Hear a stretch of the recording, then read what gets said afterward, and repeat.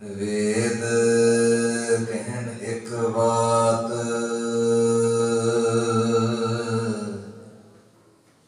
सहसा 18 कहन कतेबा, असलो एक धात,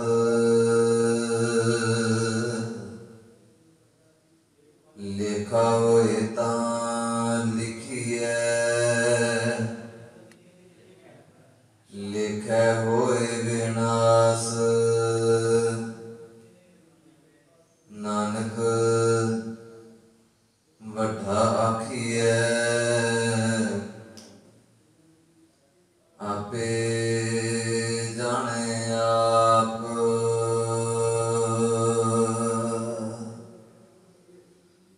जुगो जुग अटल साहिब श्री गुरु ग्रंथ साहिब सच्चे पातशाह जी के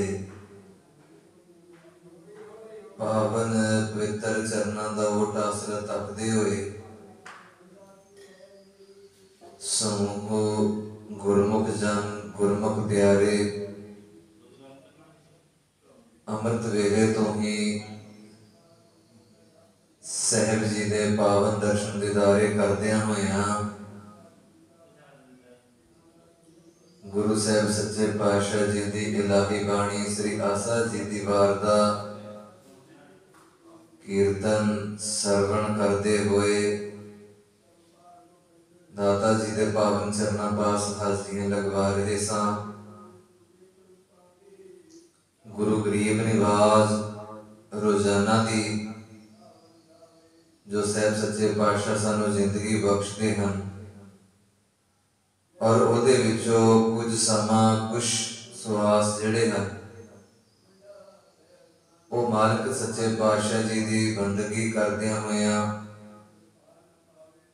साहब दे रब्बी गुण गाउंदिया होया साहब का शुकराना करने वास्ते अमृत वेले तो गुरु दरबार अंदर बैठ करके सतगुरु जी की रब्बी बाणी नूं सुन के दाता जी का शुकराना करिए। सो आओ जी दोनों हाथ जोड़ के करो जी फतेह प्रवान। साहब सच्चे पातशाह जी नूं शीश झुका के दोनों हाथ जोड़ो और फतेह की सांझ पाओ जी। वाहिगुरू जी का खालसा वाहिगुरू जी की फतेह। दुनिया जिहड़ी है संसार जिहड़ा है ये एक आस्था और एक उस सच्चे परमात्मा वाहिगुरू दे विश्वास भरोसे अते सिर ते चलन करके कुछ ना कुछ नवा खोजता है, कुछ ना कुछ नवा विचारता है। और सारी ही बाणी जिन्नी भी साहब सच्चे पातशाह जी ने उच्चारण की है ये किते ना किते चल के जिथे भी असी साडी जिंदगी दे विच कुछ मुश्किलां कुछ घटनावां कुछ इस तरह का जिंदगी दे विच माड़ा वतीरा माड़ा समा आ जाता है जदों असी निराशता दे वल वधदे हां तां उदों उस समय विच मालक पिता जी की इलाही बाणी जिहड़ी है फिर वो साडा साथ देती है, सानू अगे होके प्रेरित करती है। जिंदगी जिहड़ी मुरझा जाती है उन्होंने एकदम नवी ऊर्जा दे के उज्जवल रस्ते दे वल लेके जाती है।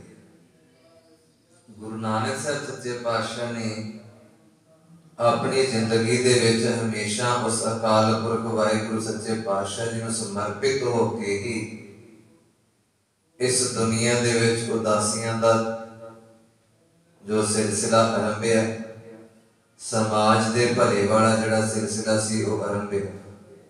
यही गल अगे गुरु अंगद साहब महाराज गुरु अमरदास साहब गुरु रामदास साहब जी ने अगे अगे यही बरतारा रखा। जिहड़ा कोई शरण विच आ जाता सी उन्हां हमेशा वास्ते अपनी गलवकड़ी दे विच लै लैंदे सी। जिहड़ा कोई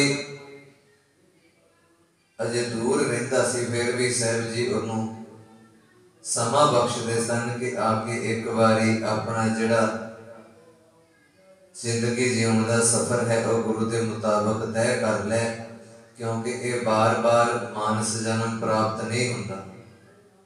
मानस जन्म दलभ है होए ना बारे बार, ज्यों बन फल पाके कोई गिरे मोहर ना लागे। कहते दोबारा तो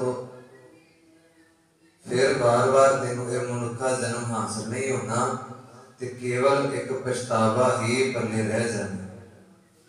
तां करके साहब सच्चे पातशाह कहन लगे कि भाई इस सोहने सुहावने समय नूं एवें अजाई ना गवाई जाया कर।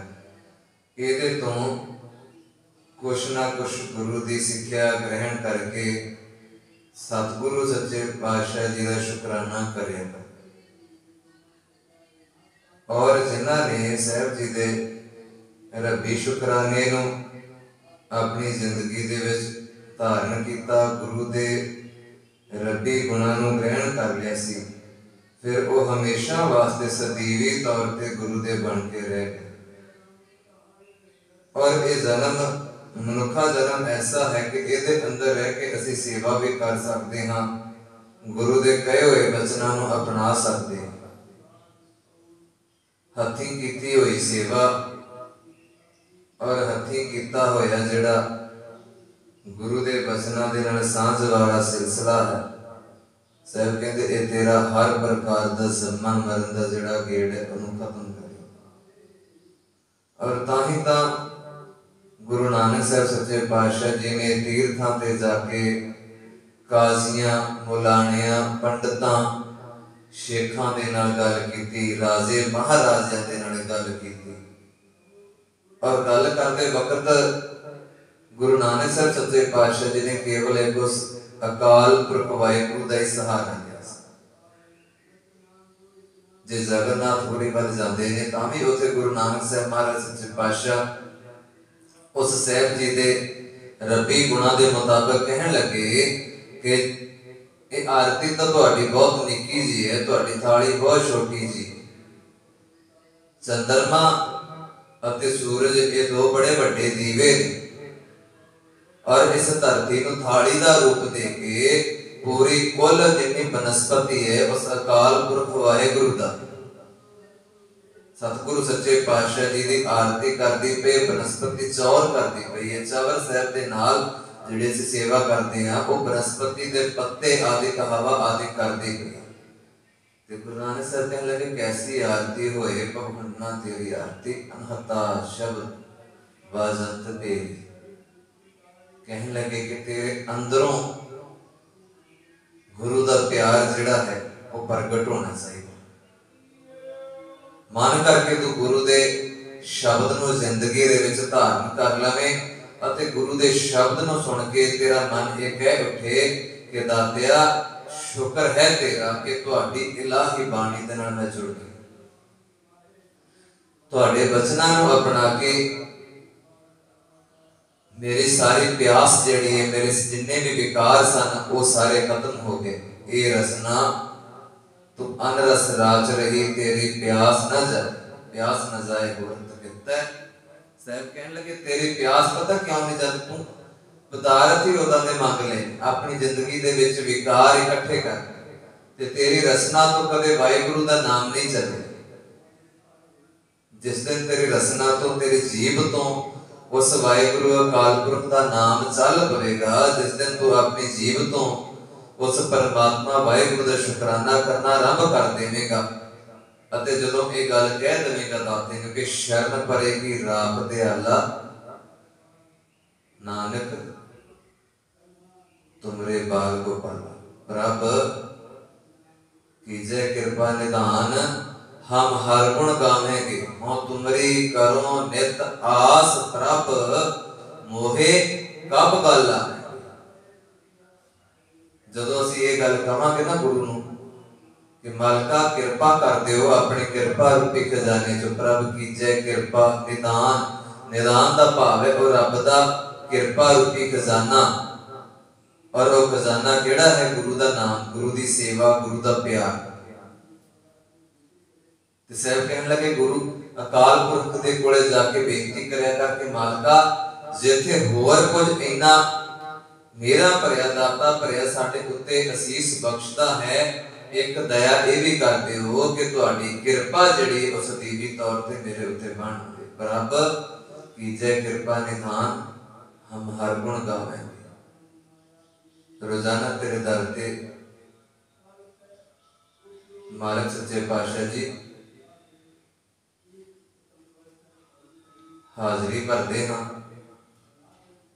एक अपार कृपा कर दियो ताकि जो तुहाडे दर दे नाल हमेशा मेरी बाण आवे। प्रभ कीजै कृपा निधान तुहाडे अगे ये बेनती है, हम हर गुण गावेंगे। जे तुहाडी किरपा हो जे, जे तुहाडा प्यार मैनू मिल जावे, तुहाडी असीस प्राप्त हो जावे ते सतगुरु सच्चे पातशाह जी जिंदगी दे सारे दुख तकलीफ कलेश जिहड़े हन वो कट्टे जाणगे। हम हर गुण गावेंगे। हुण तुमरी मैं तुहाडी एक आस, तुहाडी शरण विच एक आस लैके आया। हम तुमरी करो नित आस प्रभ, मैं तुहाडी सहब सच्चे पातशाह जी इस उम्मीद दे नाल आया हां तुहाडी शरण विच कि मैनू गलबकड़ी दे विच लैके सदा वास्ते अपने चरनां दे कोले बिठा लोगे। ते गुरु नानक साहब कहण लगे जिन्नू गुरु दे परमात्मा दे वाहिगुरु दे चरण प्राप्त हो गए ने, नाम प्राप्त हो गया है, फिर वो दुनिया दे उत्ते विषय विकारां तो अपने आप ही रहत हो जाता है।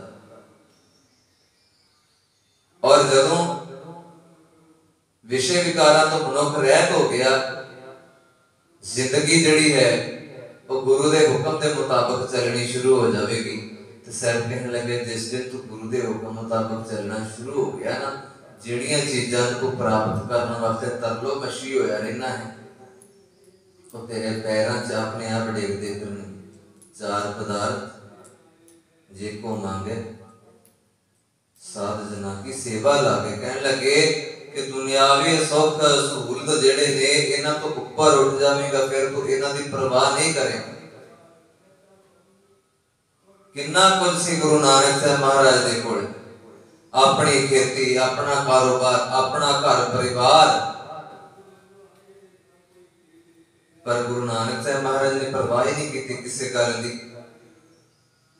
केवल एक गल को सामने रखिया कि उस अकाल पुरख परमात्मा वाहिगुरु जी का सच्चा संदेश जिहड़ा है वो पूरी दुनिया दे विच भेजना, और ये मेरी ड्यूटी जिम्मेवारी जिहड़ी है उस अकाल पुरख परमात्मा ने खुद लाई हुई है। तां करके गुरु नानक साहब सच्चे पातशाह जी ने कदे भी फिर अपने प्रचार समय दे विच पिछे नहीं सन वेखिया जावे। ते आओ आपां भी उस अकाल पुरख वाहिगुरु परमात्मा दी रब्बी बाणी नूं हमेशा वास्ते अपनी जिंदगी च अपनाइए अते सुखां दे नाल जिंदगी जिहड़ी है उस सुहावना सफर तय करिए, क्योंकि गुरु ने अपना फर्ज अदा किया है अपनी बाणी बख्श के, और अगे जिहड़ी है वो साडी जिम्मेवारी बन जाती है कि उस वाहिगुरु परमात्मा सच्चे पिता जी दे रब्बी गुणां नूं धारण करिए। क्योंकि जदों असीं रब्बी गुणां नूं धारण कर लवांगे, रब्बी गुणां नूं अपना लवांगे, ते साहब कहने लगे कि तेरी जिंदगी दे विच हमेशा खुशियां ही खुशियां, हमेशा लहरां बहरां ही चलदियां रहणगीआं, दुख कदे नेड़े भी नहीं आवे।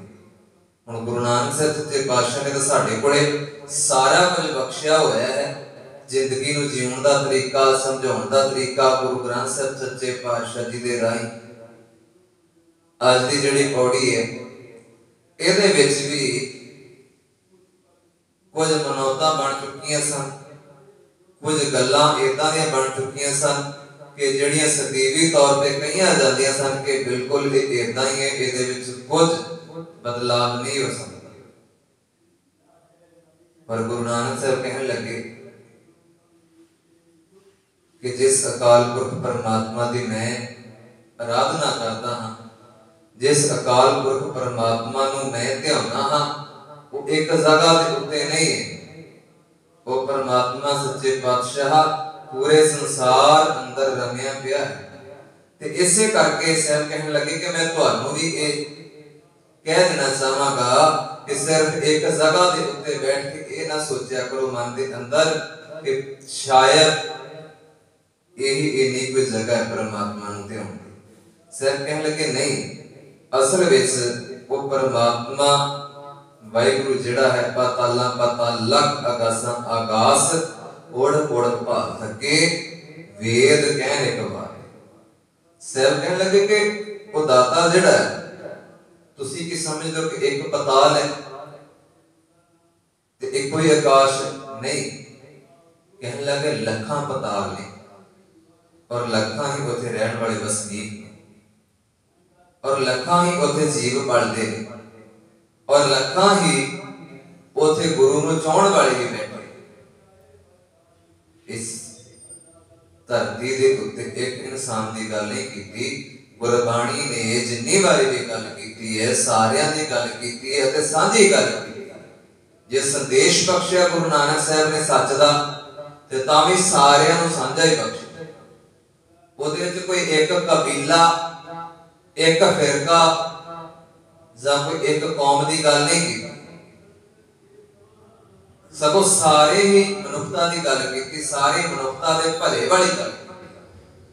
जे अज गुरु नानक साहब महाराज सच्चे पातशाह बचन करते पे हैं कुछ मनौतां जिहड़ियां बन गई सी कि सत ही आकाश ने इस तो ऊपर कुछ भी नहीं है, ਜਾਂ सिर्फ गिनती दी धरतियां ने, इस तो अगा कुछ नहीं है। तो गुरु नानक साहब कहने लगे पाताला पाताल लख आगासां आगास। आज दे साइंस भी इस गल दा जिक्र करदी है कि एक ग्रह मिल जाता है पर उस तो बाद अगे चल के कुछ ना कुछ नवा कोई टुकड़ा कोई नवा ग्रह दिसदा है, फिर ओदे उत्ते असीं खोज करदे। ते गुरु नानक साहब महाराज ने तां किन्ने सौ साल पहले ही इस गल का जिक्र कर दिता सी कि जदों पखंड परपंच कीता जाता सी कि धरती जिहड़ी एक बल्द दे आसरे उत्ते खड़ी है ते कुछ कु ही धरतियां हन, कुछ कु ही आकाश हन, गिनती मिनती दा सारा कुछ तय कीता होया सी। पर गुरु नानक साहब कहने लगे एक उन्हां दा बड़ा तगड़ा वड्डा वहम आ। इसे करके साहब जी कहने लगे कि धरती एक नहीं है, आकाश एक नहीं है, अनेका ही आकाश ने अनेका ही धरतियां ने। तुसी एक वेखोगे तानू उदों बाद अगे कुछ ना कुछ नवा प्राप्त होवेगा। तुसी एक आकाश देखदे पए, इस आकाश के अंदर किन्ने ही अनेका इदां दे तारे ने, अनेका सूरज ने, अनेका ही इदां दे साहब कहने अगे तो अगे तुहानू कुछ प्राप्त होंदा जाएगा। केवल गिनती इत्थे ही नहीं मुकदी, क्योंकि उस दाते उस परमात्मा ने जो साजिया है जो घड़िया है ਉਹਦਾ किसी ने अंत नहीं पाया। बलिहारी कुदरत वसिया तेरा अंत न जाई लखे। साहब कहने लगे कि तेरा जे कोई कहे कि असि अंत पा लिया है, लखिया तो भावे वेख्या जाना। मार्ग जी कहने लगे कि तेरा अंत अजे तक किसी ने नहीं वेख्या, अगे तो अगे कुछ ना कुछ चल के नवा ही प्राप्त होया। ओढ़ ओढ़ भाल थके वेद कहने को बाद इत्थे कुछ धार्मिक ग्रंथां धार्मिक पुस्तकां दा भी हवाला दिता। और गुरु नानक साहब कहने लगे कि दुनिया एक थां ते समझती है कि इन्ने को दायरे दे विच ही परमात्मा दा वासा है जिथे असीं रहने हैं। कुछ दुनियावी लोगों की सोच बन गई कि जिहड़ा जिन्ना को एरिया साडा है शायद इत्थे ही परमात्मा है, उस तो अगा कुछ भी नहीं है, उस तो अगे खाली है सारा। पर साहब कहने लगे कि मन दा भुलेखा हमेशा लिए दूर करना पवेगा कि परमात्मा जिहड़ा है तुहाडे तो किते दूर है जां तुहाडे नजदीक नहीं। साहब कहने लगे जिन्ने भी धार्मिक ग्रंथ ने जिन्ना जो कुछ है इन्हां नूं वेखो ते सही पढ़ के, इन्हां नूं वाच के वेखो, इन्हां दे अंदर जो गल लिखी गई है, जो ज्ञान लिखा गया है, साहब कहने लगे वो तेरे वास्ते लिखा गया। इस करके इन्हां गल्लां तो मुनकर होने की कोई लोड़ नहीं।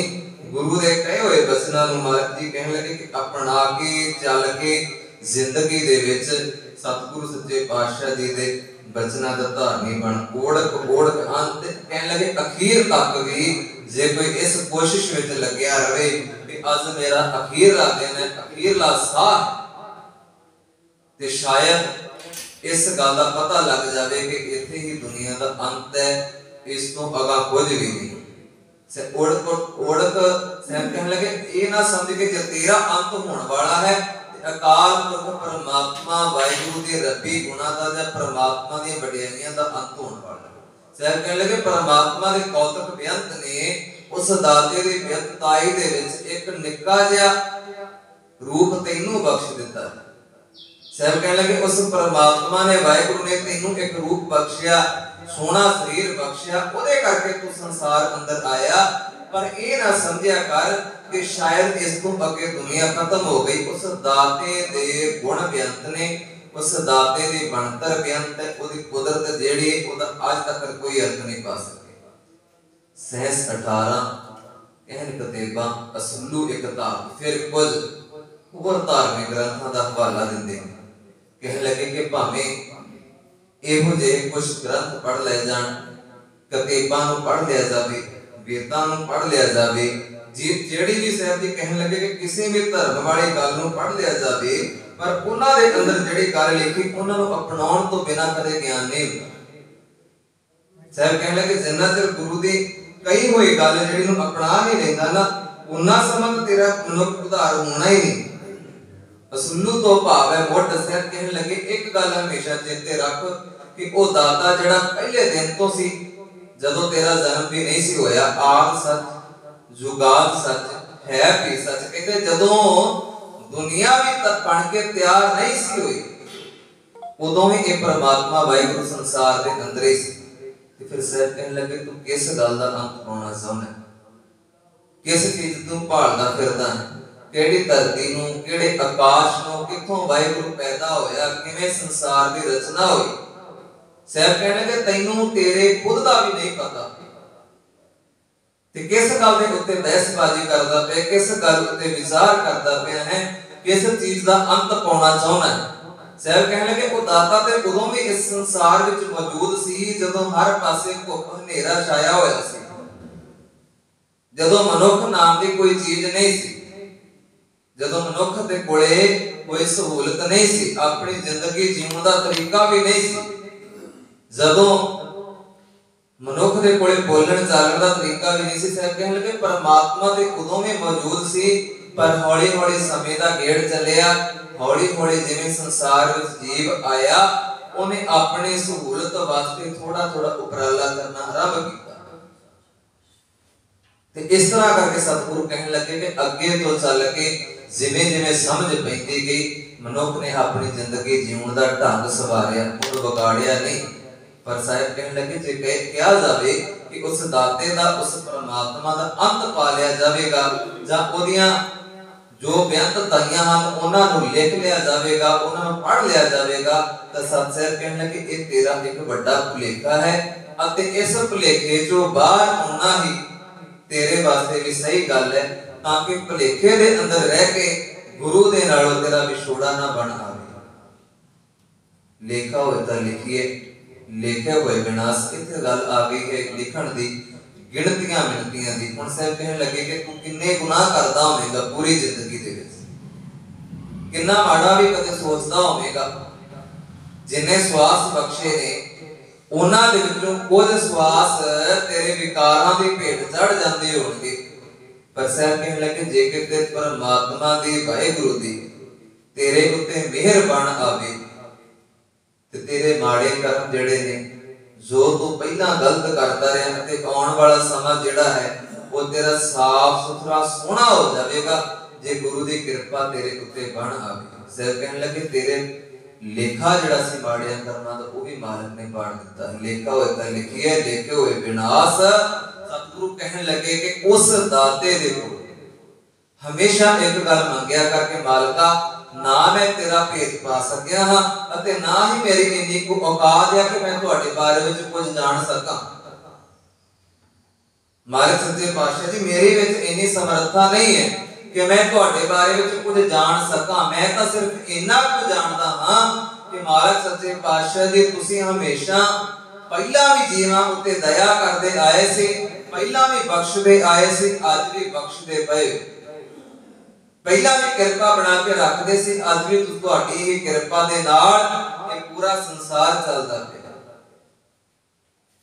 ते साहब जीओ तुहानू इस गल दे नाल भी कोई फर्क नहीं पैंदा कि कौन तुहाडी वडियाई करदा है जां नहीं, पर यह गल जरूर है कि जेड़ा मनुख जेड़ा जीव तुहाडी वडियाई कर लेंदा है, तुहाडे चरनां दे नाल जुड़ जांदा है, भावें कि जिन्ना मर्जी मंदे कर्म करदा रहा हो, भैड़े कारज करदा रहा हो, ते सच्चे पातशाह जी तुसीं बख्शण ते आउंदे हो ते फिर उन्हां तो वड्डे वड्डे कारनामे करवा के सहब सच्चे पातशाह इतिहास दे विच उन्हां दा नाम दर्ज करवा जांदे। बाबा बिधि चंद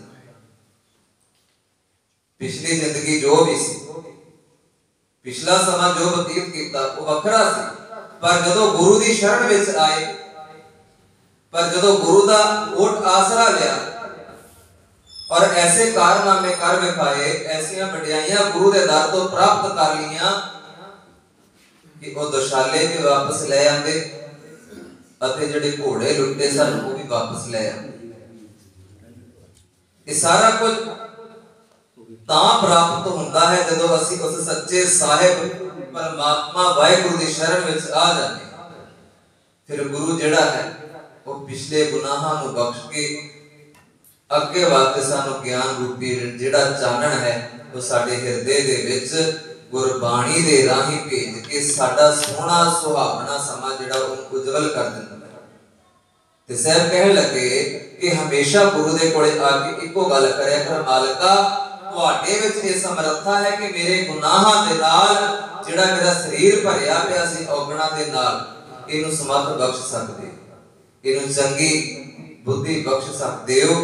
मैं अपनी मंद बुद्धि होने करके पता नहीं किन्ने को विकार भैड़े मंदे कारज करदा रहा, पर अज आप जी कृपा करो कि तुहाडी शरण विच आया ते मैनूं बख्श दे। साहब कहण लगे नानक वड्डा आखिए आपे जाने आप। साहब कहण लगे वो परमात्मा हमेशा वड्डा कह के विचारिया कर, वड्डे तो भाव है कि ओदे गुण बड़े ने, तू केड़ा केड़ा गुण गाउंदा रहेगा।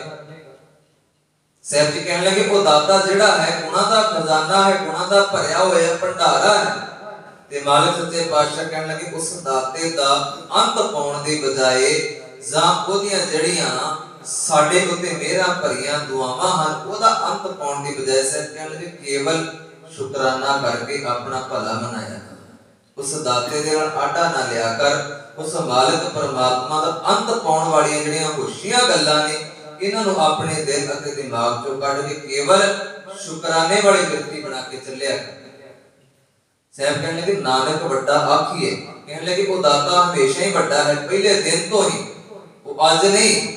ये दुनिया का सुभाव है कि जिन्ना समा जिहदे नाल प्यार है उन्ना समा उहदे नाल सारा कुछ प्यार मुहब्बत दे विच जो कुछ साडे कोल हुंदा है पैसा धेला आदि कई बार असीं लुटा दिंदे हां, पर जे थोड़ी बहुत अणबण हो गई, किसी दे नाल मन मुटाव हो गया ते प्यार दे समय जो कुछ दिता सी फिर ओदी बदनामी करी जानी। साहब कहने लगे गुरु परमात्मा इदां दा नहीं है, मालिक हमेशा खुले कफे वरताउंदा है, कदे ओ दाता जलील नहीं करदा। सब तो वड्डा अते सोहना जिहड़ा गप्पा है वो साडा सोहना शरीर स्वासा रूपी पूंजी जिहड़ी बख्शी है। कदे मालिक ने नहीं कहा कि मैं तेनों सोहना अते तंदुरुस्त शरीर बख्शिया है, मैनूं इहदी कीमत चाहिदी, तेनू इन्ने साल उम्र दे दित्ती, इन्ना स्वासां दी कीमत चाहिदी। कदे नहीं परमात्मा ने किसी गल दा हिसाब दिया। ते असीं इथों हिसाब लाइए कि वो परमात्मा किड्डा वड्डा दयालु है, किन्नी वड्डी दयालता दे घर विच आउंदा है। मनुख सोहना शरीर लैके लंबी उम्र भोग के भी भावें वाहिगुरू परमात्मा दा शुकराना करे ते भावें ना करे, पर वो दाते ने कदे नहीं सुनाया, कदे नहीं कहा कि तू इन्ने साल जिंदगी दे बतीत कर लए ने, मेरा एक बार भी शुकराना नहीं कीता, मेरा एक बार भी चेता नहीं आया। दुनियावी तौर पे मुसीबत के समय कोई किसी दी बाह फड़ लवे ਤੇ ਫਿਰ ਤਕਰੀਬਨ ਉਹਦੇ ਅਹਿਸਾਨ ਥੱਲੇ ਰਹਿ ਕੇ ਕਈ ਵਾਰੀ ਮਨੁੱਖ ਨੂੰ ਉਹਦੀਆਂ ਕਈ ਵਾਰੀ ਬੰਗਾਰਾਂ ਵੀ ਕੱਢਣੀਆਂ ਪੈਂਦੀਆਂ, ਪਰ ਦਾਤੇ ਨੇ ਨਹੀਂ ਕਦੇ ਇਦਾਂ ਦਾ ਕਿਹਾ।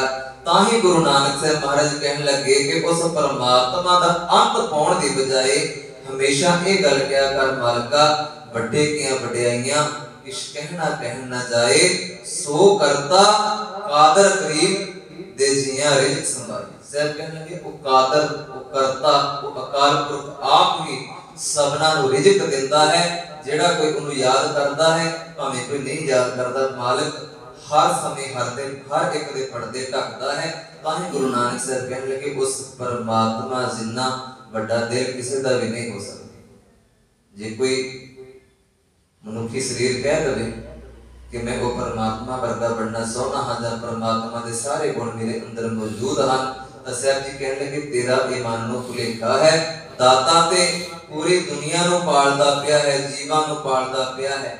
ਪੱਥਰਾਂ ਦੇ ਵਿੱਚ ਬੈਠੇ ਹੋਏ, ਪਾਣੀਆਂ ਦੇ ਵਿੱਚ ਬੈਠੇ ਹੋਏ ਜੀਵਾਂ ਨੂੰ ਪਾਲਦਾ ਹੈ। ਕੋਈ ਭਾਵੇਂ ਉਹਦਾ ਸ਼ੁਕਰਾਨਾ ਕਰਦਾ ਹੈ, ਕੋਈ ਨਹੀਂ ਵੀ ਕਰਦਾ, ਤਾਂ ਵੀ ਮਾਲਕ ਉਹਨਾਂ ਦੇ ਹਿੱਸੇ ਦਾ ਰਿਜ਼ਕ ਉਹਨਾਂ ਨੂੰ ਪਹੁੰਚਾਉਂਦਾ ਪਿਆ ਹੈ। ਅੱਜ ਦੀ ਪਾਵਨ ਪੌੜੀ ਦੇ ਅੰਦਰ ਗੁਰੂ ਨਾਨਕ ਸਾਹਿਬ ਮਹਾਰਾਜ ਸੱਚੇ ਪਾਤਸ਼ਾਹ ਉਸ ਅਕਾਲ ਪੁਰਖ ਪਰਮਾਤਮਾ ਦੀਆਂ ਵਡਿਆਈਆਂ ਦਾ ਜ਼ਿਕਰ ਕਰਦੇ ਹੋਏ ਦੱਸਦੇ ਹਨ ਕਿ ਉਸ ਦਾਤੇ ਦਾ ਅੰਤ ਪਾਉਣ ਦੀ ਬਜਾਏ, ਪਰਮਾਤਮਾ ਨੂੰ ਪਰਖਣ ਦੀ ਬਜਾਏ, ਸਗੋਂ ਉਸ ਵਾਹਿਗੁਰੂ ਪਰਮਾਤਮਾ ਦੇ ਵੱਲੋਂ ਜੋ ਕੁਝ ਸਾਨੂੰ ਬਖਸ਼ਿਆ ਜਾਂਦਾ ਹੈ, ਸਾਹਿਬ ਜੀ ਕਹਿਣ ਲੱਗੇ ਉਹਨਾਂ ਨੂੰ ਆਪਣੀ ਜ਼ਿੰਦਗੀ ਦੇ ਵਿੱਚ ਲਿਆ ਕੇ ਢਾਲ ਕੇ ਆਨੰਦ ਮਾਣਿਆ ਕਰ। ਕਦੇ ਉਸ ਦਾਤੇ ਦੇ ਨਾਲ ਆਟੇ ਲਾਉਣ ਦੀ ਬਜਾਏ ਉਸ ਦਾਤੇ ਦਾ ਸ਼ੁਕਰਾਨਾ ਕਰਕੇ ਜ਼ਿੰਦਗੀ ਦੇ ਸਫ਼ਰ ਨੂੰ ਤੈਅ ਕਰੀ ਚੱਲ, ਅਤੇ ਮਾਲਕ ਪਰਮਾਤਮਾ ਦੇ ਹਮੇਸ਼ਾ ਇਸ ਜੀਵ ਤੋਂ ਗੁਣ ਗਾਉਂਦਾ ਰਿਹਾ ਕਰ। ਬਾਣੀ ਪੜ੍ਹਦੇ ਹੋਏ ਵਿਚਾਰ ਕਰਦੇ ਹੋਏ ਬੇਅੰਤ ਗਲਤੀਆਂ ਭੁੱਲਾਂ ਹੋ ਗਈਆਂ ਜੀ। ਗੁਰੂ ਕੀ ਸਰਬੱਤ ਸੰਗਤ ਗੁਰੂ ਗ੍ਰੰਥ ਸਾਹਿਬ ਮਹਾਰਾਜ ਸੱਚੇ ਪਾਤਸ਼ਾਹ ਬਖਸ਼ਣ ਯੋਗ ਹਨ। ਗਲਤੀਆਂ ਭੁੱਲਾਂ ਚੁੱਕਾਂ ਦੀ ਖਿਮਾ ਬਖਸ਼ੋ ਜੀ। ਬੁਲਾਓ ਫਤਿਹ। ਵਾਹਿਗੁਰੂ ਜੀ ਕਾ ਖਾਲਸਾ, ਵਾਹਿਗੁਰੂ ਜੀ ਕੀ ਫਤਿਹ।